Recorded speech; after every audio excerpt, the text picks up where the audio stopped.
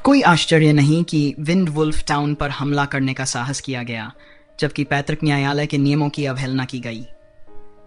क्या कोई वास्तव में फ्लैश तेंदुए कबीले के युवाओं का शिकार करने की हिम्मत कर सकता था?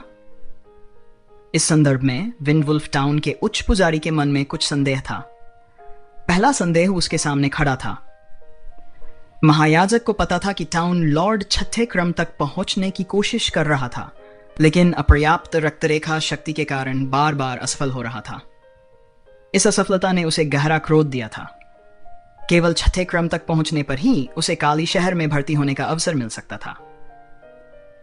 विंडवुल्फ टाउन के भगवान ने इस दूरदराज के शहर से लंबे समय से घृणा की थी।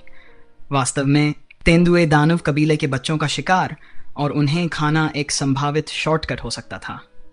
ऐसा कोई भी व्यक्ति ऐसा जोखिम उठा सकता था। पैतृक न्यायालय के प्रतिबंध के बावजूद तेंदुए दानव के बच्चों का अवैध शिकार पूरी तरह से समाप्त नहीं हुआ था।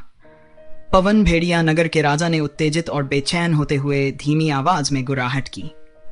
महायाजक, मैंने ये काम नहीं किया। महायाजक ने एलारा से पूछा, क्या तुम्हारे पास कोई सबूत है? एलारा ने धीमे स्वर में जवाब दिया, मैंने पहले ही अपने कबीले की उपस्थिति को महसूस कर लिया है।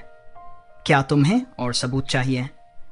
मेरे वंश ने पैतृक शक्ति हासिल कर ली है और हमारे रिश्तेदारों के बारे में जो धारणा है उसे तुम्हें समझना चाहिए।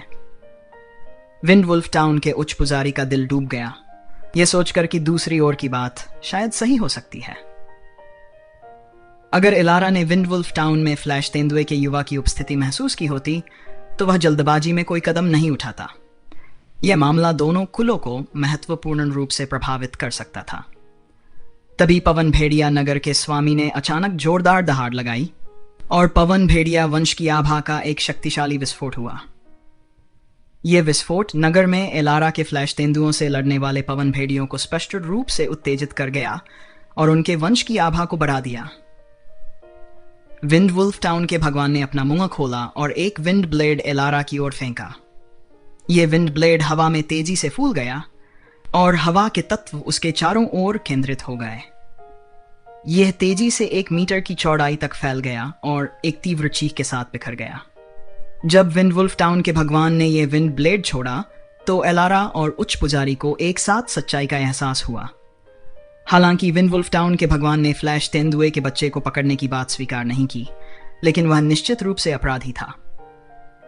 दरअसल पवन भेड़िया नगर के स्वामी को पूरी तरह से पता था कि तेंदुए दानव कबीले से एक युवा को करना कितना जोखिम भरा हो सकता है। फिर भी सत्ता की चाह और अपने वंश को बेहतर बनाने की चाह ने उसे अवसर को हाथ से जाने नहीं दिया। 2 दिन पहले जंगल में रहते हुए उसने फ्लैश तेंदुओं के एक परिवार को खेलते हुए देखा। वहां कुछ युवा फ्लैश तेंदुए थे जो स्पष्ट रूप से नवजात थे। तेंदुआ जोड़ा बहुत मजबूत नहीं था, केवल तीसरे क्रम का था। लालच में आकर थोड़ी हिचकिचाहट के बाद उसने तेंदुआ जोड़े को मार डाला और शावकों का अपहरण कर लिया। उसने सोचा कि उसने यह काम गुप्त रूप से किया है, यहां तक कि अपने करीबी रिश्तेदारों, अपनी पत्नी को भी नहीं बताया। लेकिन आश्चर्यजनक रूप से 2 दिनों के भीतर ही फ्लैश लेपर्ड कबीले की सेना शावकों की तलाश में आ पहुंची। रुको! पवन वुल्फ टाउन के उच्च पुजारी की गगनचुंबी आवाज गूंजी। जैसे ही एलारा की आंखें पीली हो गई और उसने हमला टालने की कोशिश की, सामने पवन ब्लेड ने एक शक्तिशाली वायुतत्वीय उतार चढ़ाव के साथ फटने का धमाका किया। जैसे एक भंवर की तरह वायुतत्व की ऊर्जा ने उसे महसूस कराया कि हमला अपरिहार्य है। फफ्ट! क्या तुम्हें लगता है कि एक साधारण 5वां क्रम मेरा कुछ बिगाड़ सकता है? एलारा ने तिरस्कारपूर्वक हंसते हुए कहा। उसने अपने ऊपरी शरीर को हल्के से हिलाया और 3 भागों में विभाजित हो गई। ये 3 आकृतियां तुरंत चमकने लगीं, जिससे ऊर्जा बंधन टूट गए। तीनों ने एक साथ 3 दिशाओं में बढ़ते हुए पवन वुल्फ टाउन के भगवान और उच्च पुजारी पर हमला किया।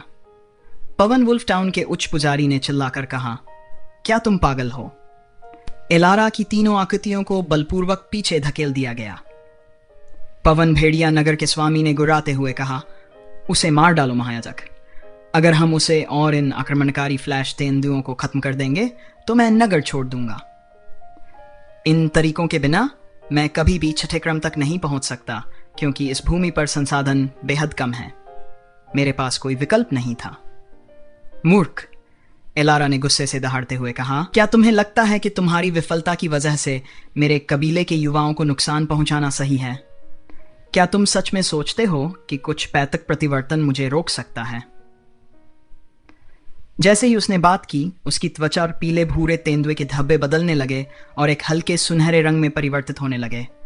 एलारा का शरीर धीरे धीरे पतला और शक्तिशाली होता गया और उसकी आंखों की रोशनी सुनहरे रंग में बदल गई। 7वां आदेश। विंडवुल्फ टाउन के उच्च पुजारी ने लगभग सहज रूप से कहा। जब एलारा प्रकट हुई थी, उसने पहले ही उसकी आभा की ताकत को महसूस किया था। अब उसकी शक्ति और भी अधिक स्पष्ट हो गई थी। पवन भेड़िया नगर के उच्च पुजारी स्वयं 6ठे क्रम पर था, लेकिन एक पुजारीन के रूप में वह केवल पैतृक देवता स्तर के पवन भेड़ियों की आभा को आकर्षित करके खुद को बढ़ा सकता था। हालांकि वह अभी भी सच्चे 7वें क्रम पर नहीं था। वह केवल 7वें क्रम पर एक भेड़िया दानव की ताकत तक अस्थायी रूप से पहुंचने में सक्षम था। 6ठे और 7वें क्रम के बीच का अंतर एक गहरी खाई जैसा है। एक सच्चे 7वें क्रम के व्यक्ति को हराना लगभग असंभव था। विंडवुल्फ टाउन के स्वामी को केवल तब मौका मिल सकता था जब वह खुद 6ठे क्रम तक पहुंचता। उस स्थिति में वह अस्थायी रूप से 7वें क्रम तक बढ़ाने के लिए एक गुप्त विधि का उपयोग कर सकता था, ताकि वे एक साथ मिलकर लड़ सकें और थोड़ी सी संभावना पा सकें। बिना कुछ बोले, तीव्र घृणा से प्रेरित होकर एलारा ने उच्च पुजारी और पवन भेड़िया नगर के स्वामी पर हमला कर दिया। तीनों शक्तिशाली सेनाओं के बीच हवा में एक भीषण युद्ध छिड़ गया। तेज हरी रोशनी और पूर्वजों की पुकार ने लगातार उच्च पुजारी और पवन वुल्फ टाउन के भगवान को आशीर्वाद दिया। विंडवुल्फ टाउन की वेदी से हल्की हरी रोशनी उठी और आपस में जुड़ गई, जिससे उन्हें शक्ति की किरणें प्राप्त हुई। अंततः यह विंडवुल्फ टाउन था जो उनके अपने क्षेत्र का हिस्सा था। एलारा द्वारा प्रदर्शित की गई शक्ति वाकई में प्रभावशाली थी। वह जानती थी कि विरोधियों को उनके घरेलू मैदान पर लड़ने का फायदा होता है, लेकिन एक सच्चे 7वें क्रम की शक्ति के चलते उसने उन्हें चुनौती देने और जीतने का पूरा आत्मविश्वास रखा। कुछ समय के लिए दूर से देखता कोई केवल एलारा को सुनहरी छाया में परिवर्तित होते हुए देख सकता था, जो लगातार हरी रोशनी पर हमला कर रही थी और बार बार उसे संकुचित कर रही थी। फिर भी विंडवुल्फ टाउन की रक्षा को भेदना उतना आसान नहीं था।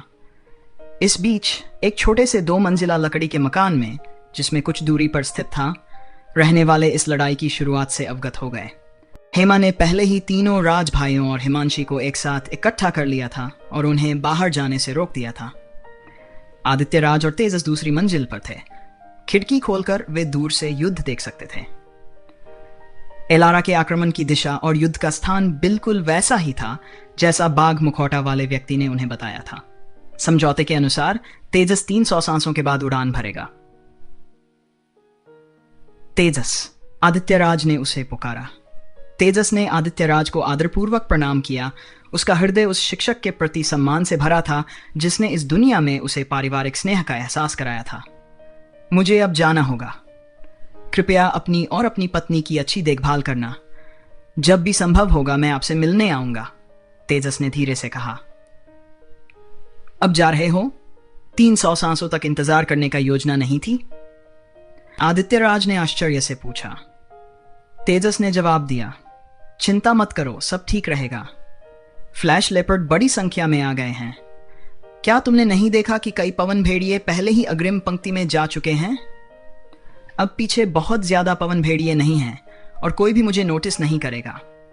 जल्द ही, जैसा कि रिडेम्पशन सोसाइटी के व्यक्ति ने कहा था, फ्लैश लेपर्ड शहर में घुसने में सक्षम हो जाएंगे। उस समय तक वहां से निकलना बहुत कठिन हो जाएगा।